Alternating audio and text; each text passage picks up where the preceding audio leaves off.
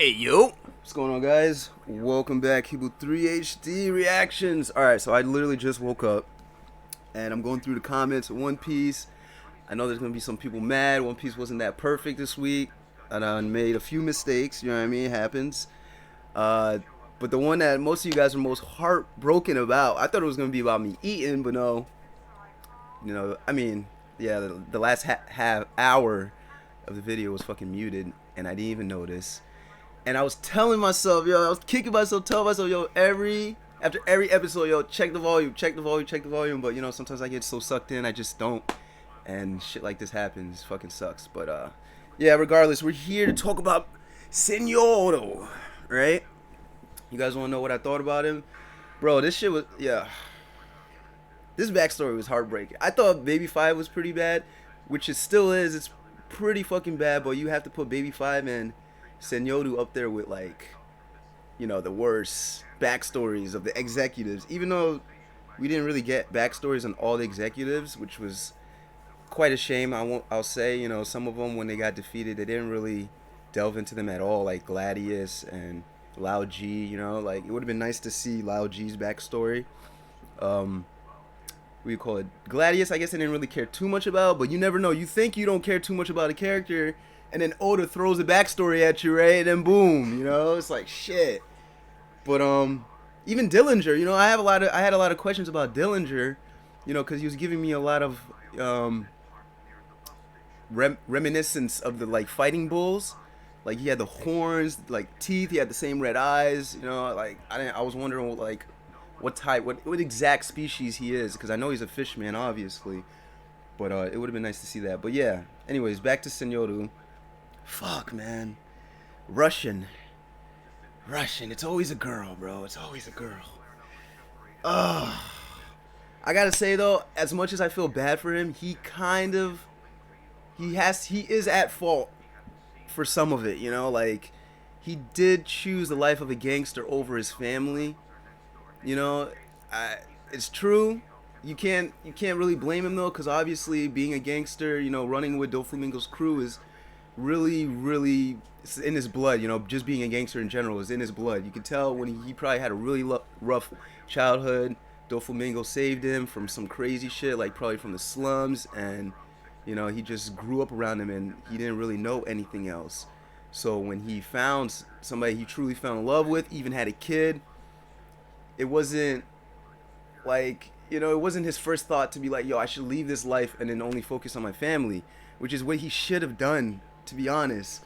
Like if she's really the one you love, you guys have a kid, you would imagine you want to be around your kid all the time, not be gone for 3 days and then find out he dies. Like that really shocked me to find out. She said, oh, 3 days ago our baby died, and then his reaction to it wasn't like really what I expected. Maybe he was just crushed and crying on the inside, but at the same time, all this stuff is hitting him at the same time. His baby just died, and at the same time, she's, cursing him out, saying, "Oh, you lied to me. You were a fucking pirate this whole time. La la la. I'm leaving you. And then running off into the fucking rain at night is just like a whole lot for him. So I can kind of understand why, he didn't like just break down, because that was something I said during the video. Was like, as soon as I found out my kid died, like fuck everything else the chick is saying, I probably would have just broke down, and started crying and just like lost it. I wouldn't even had the strength, or like my mindset wouldn't have been there to chase after her, even if she ran off into the dark, to be real with you. But oh, that was actually something I needed to look over again. One part I definitely did miss was the exact reason how she like went into a comatose state. So let me pop that up real quick, because I think might have been some subs I missed. So let me look that up real quick. Like in my mind, I kind of just imagined like she maybe collapsed and was out there all night in the rain, and it just did a number on her body, and she kind of just like went into a coma or some shit like that. But I don't know. I feel like there might be a more specific reason. So let me check real quick. I forget what episode that was exactly. Was that 714? 715? Let me skip ahead real quick. And there's Mashberry stuff. Da, da, da, da, da. Where is it? I should be able to find it pretty quickly. Oh yeah. And the super. Okay, yo. Another thing I want to talk about was the manly battle between Frankie and Senyoru was just amazing, bro. One of my favorite fights. Even though it was like a Frieza and Goku fight, like literally lasted how many episodes? But they were doing that on purpose. You know, they weren't fighting to beat somebody necessarily. Like they were taking turns. Frankie would hit him with like a crazy hit, and if he was still standing, Frankie would take a suplex. Like the lady even said, like, "Yo, Frankie, you took a suplex 30 times in a row. How are you still standing?" And not only did he take 30 suplexes, he took the fucking baby buster, you too, you know. But when Frankie got up from the baby buster, bro, I thought he just unlocked like some hockey or some shit. Not hockey per se, but you know, like I don't know. That shit looked crazy. Like he was steaming. He was like, so I'm still standing, huh? You know what I mean? And then he just started going in with the barrage, and he saw Senyoru was crying when when he was on the floor, and he just it clicked with him. He understood like almost immediately. He was like, maybe one day, you know, we can have a drink as friends, and you can tell me about that girl Russian. Yo, that touched me. That touched me. I was like, damn, son. The manliness. They're so hard boiled. But yeah, man, that the fight was great. I loved everything about it. Especially right here when Frankie got up and Senor, he just folded his arms. He's like, well, all right, let me see your best shot, right? Even during the whole barrage, he's just like, just taking it all, bro. Never unfolded his hands. Never. You know, he respected Frankie that much. It was so good. But yeah, well, all right, let me see. Okay, yeah, I gotta see exactly what it was that put her in that state.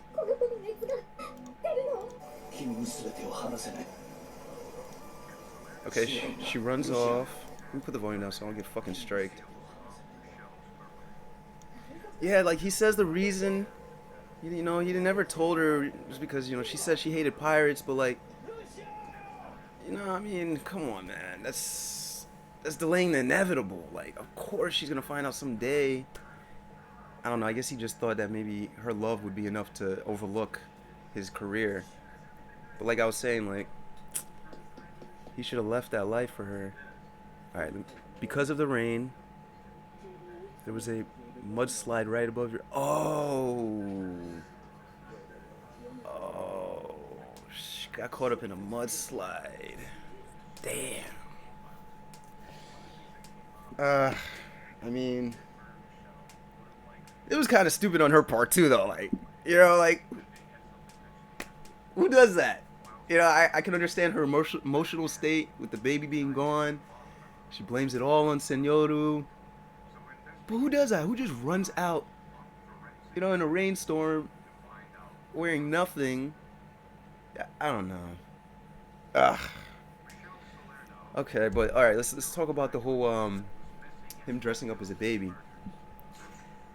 That was. I love how, you know, the whole time I was watching whenever I saw Senyoru, especially when I saw his flashback, I saw how he looked, how he was, and then now he's wearing a baby outfit. I'm like, bro, what the fuck? Why did they mess up his character? No, they didn't mess up his character at all, bro. He wanted Oda wanted you to ask that question, bro. He wanted you to.